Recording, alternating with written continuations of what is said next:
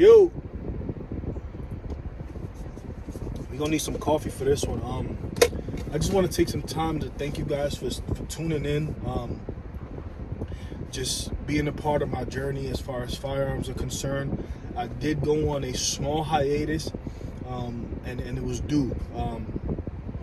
I took some time not only away from YouTube but away from my career as well. It was something that I hadn't done in a very long time as far as my career is concerned. I just started YouTube, so taking time off of that, wasn't a necessarily important thing. But for my career, I was doing it, and I started this about 7 years ago, and I've been doing that just straight, just no vacations.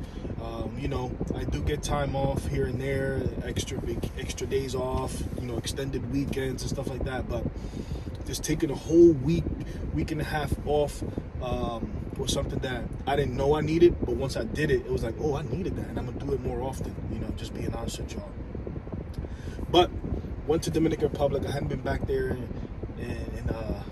20 years or so, and I didn't know that it was that fun.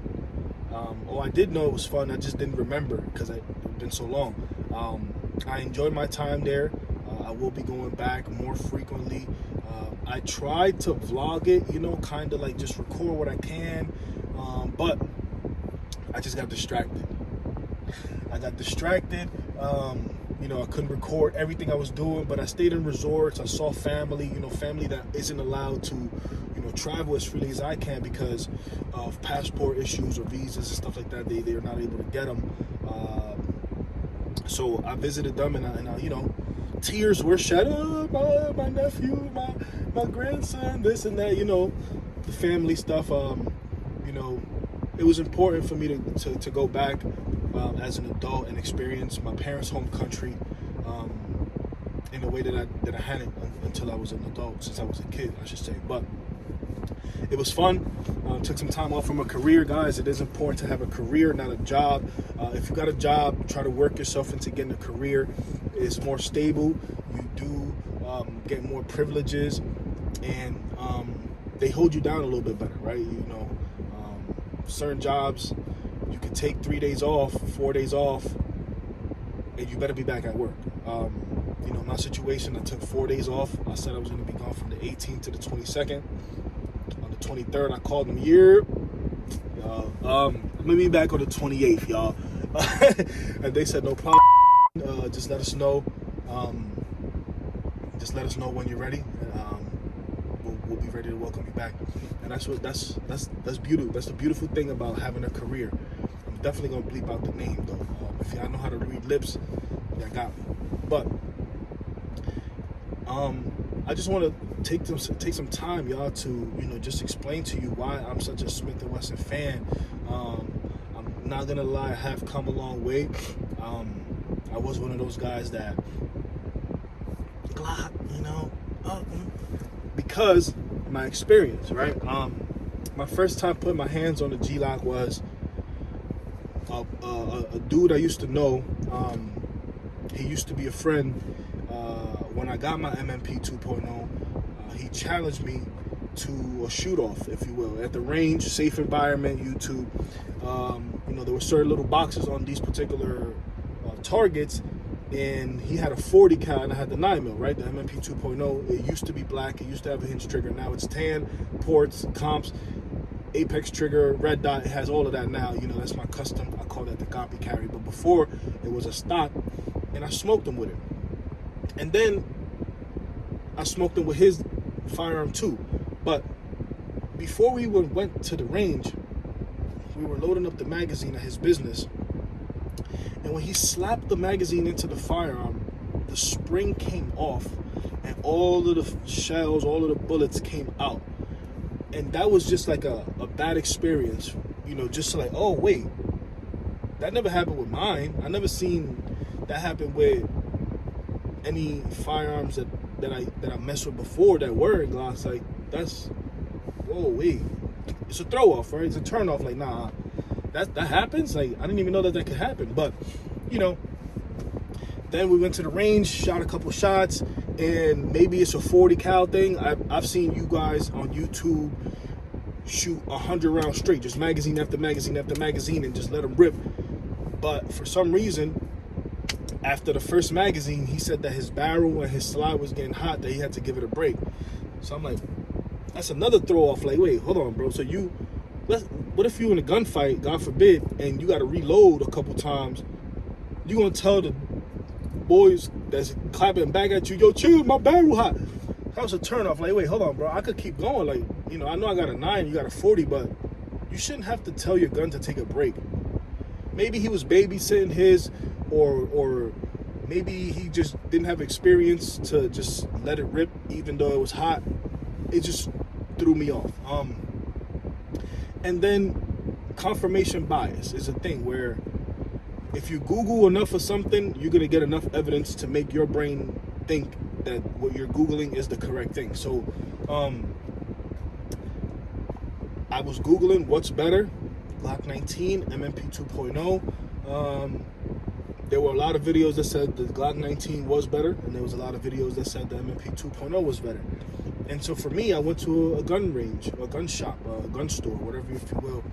It was called Nexus. It's in Dania Beach in Florida. Tremendous. They got the zombie digital shooting range and all that stuff. They got everything over there. Tremendous one.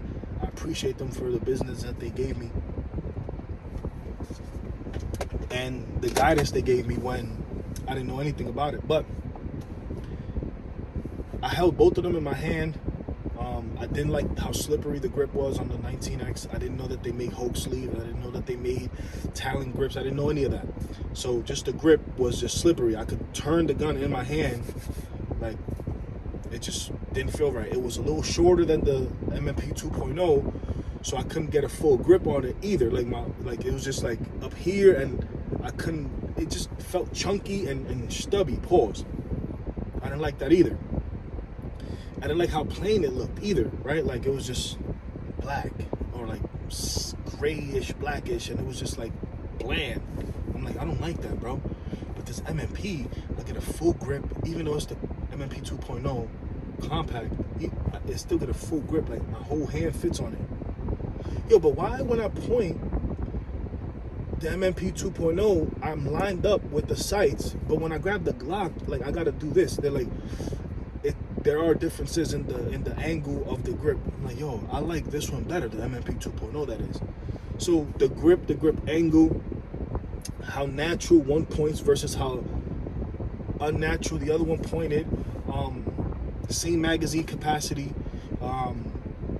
One thing I didn't know in 2017 was that, and I kind of knew but didn't know how severe it was, the difference in the aftermarket value, right? Like, not aftermarket value, excuse me, aftermarket support, where Legos, right? You know, one is a Lego, one is catching up, and, you know, probably is on the same playing field as far as aftermarket support, but I didn't know that back then.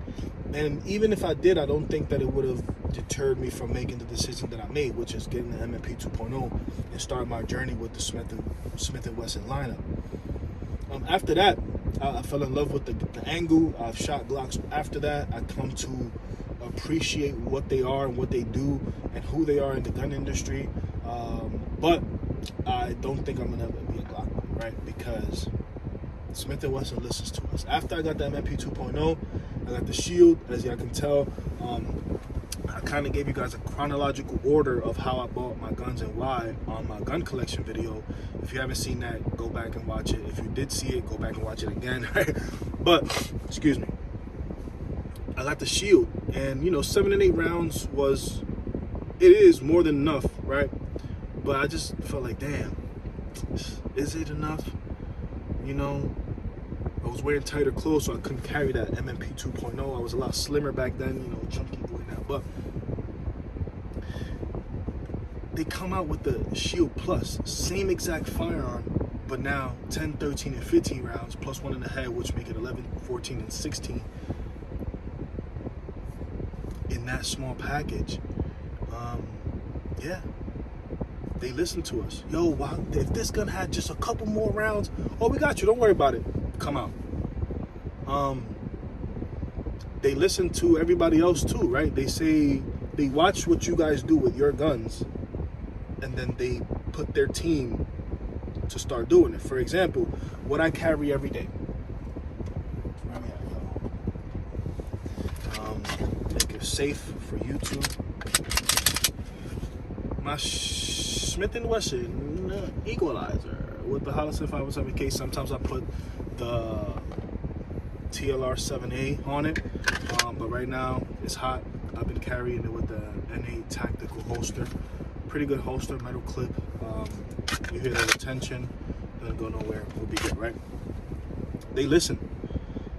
What y'all do, y'all put lighter springs in your firearms, right?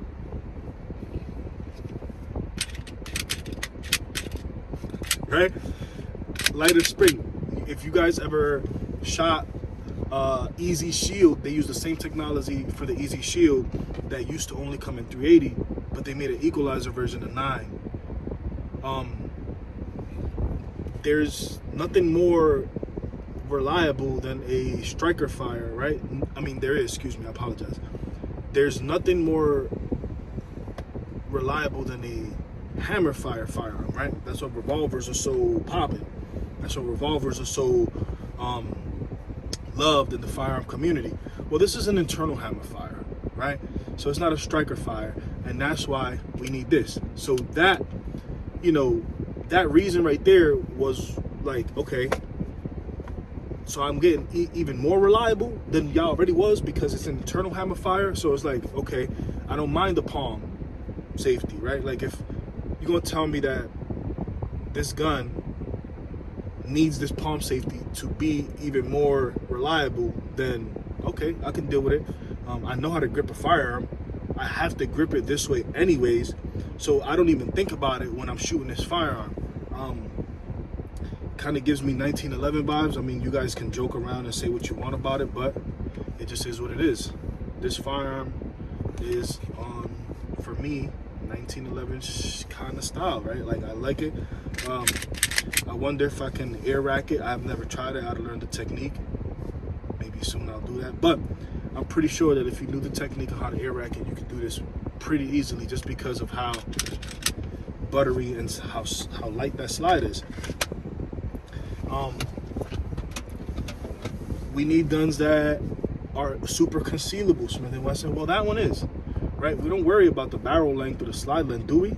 Because that goes in the pants. We're worrying about the butt, pause, the grip. 10 rounds. If you want to be super tucked, you can put the 10-round mag in.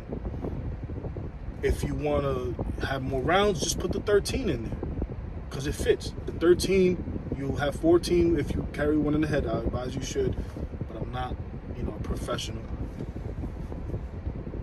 And then you got the 15, put that in the sidecar, put that in your pocket, right?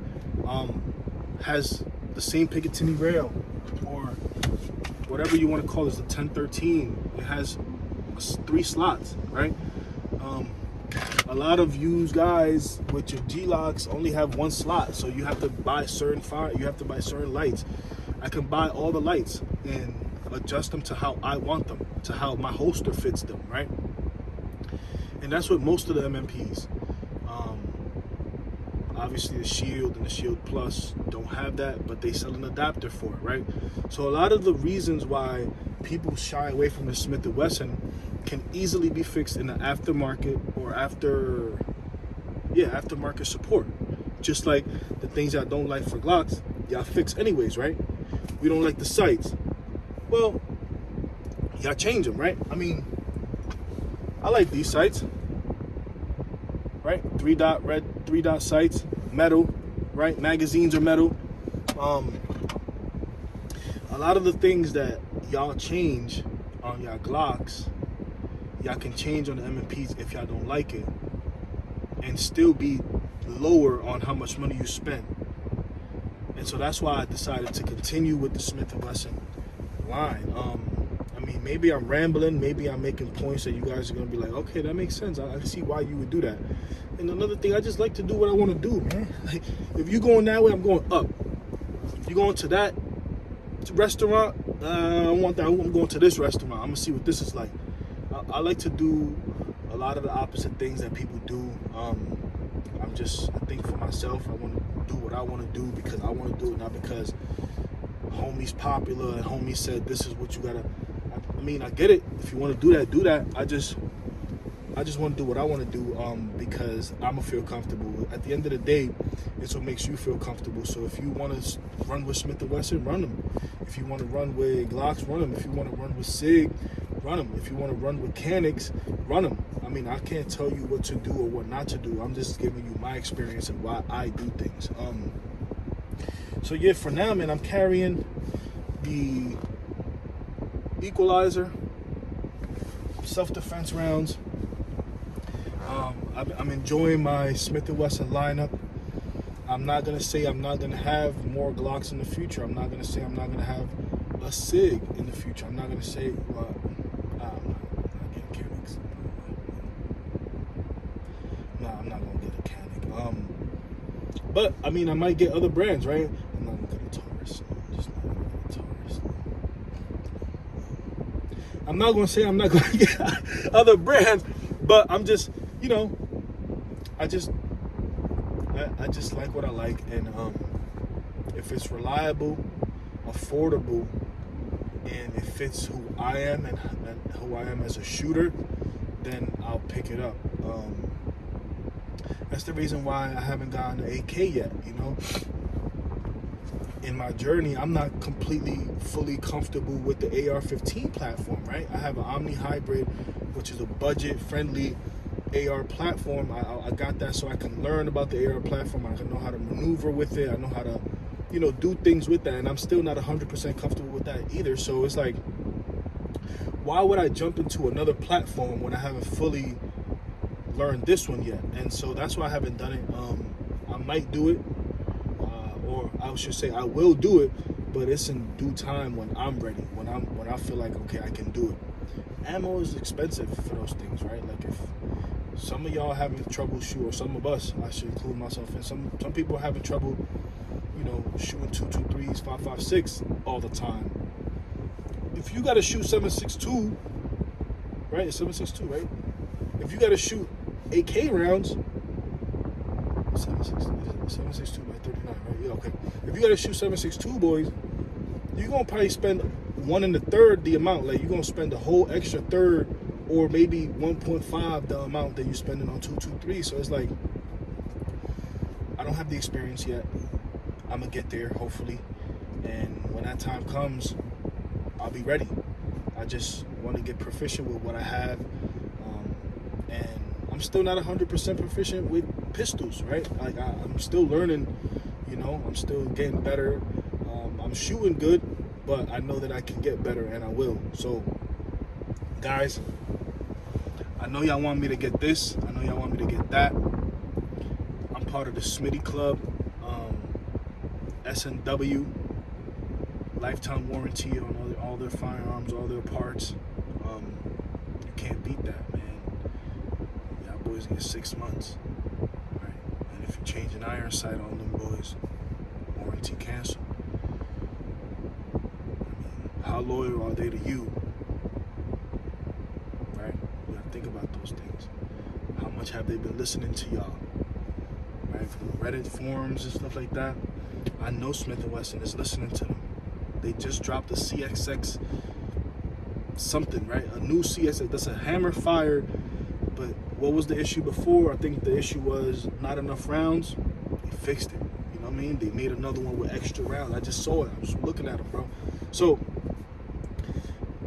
I like this company, and I'm not sponsored by them. I'm just a fan, just like you guys are a fan of the manufacturers that make your firearms that you like. I'm just a fan, I'm a supporter, and I'll continue to support them. And ain't nothing you can do, bro. You know what I'm saying? Ain't nothing you can do, bro. I'm not going to change. I'm going to keep doing what I'm doing. I appreciate y'all for watching and tuning in, though. And I got a 19X, right?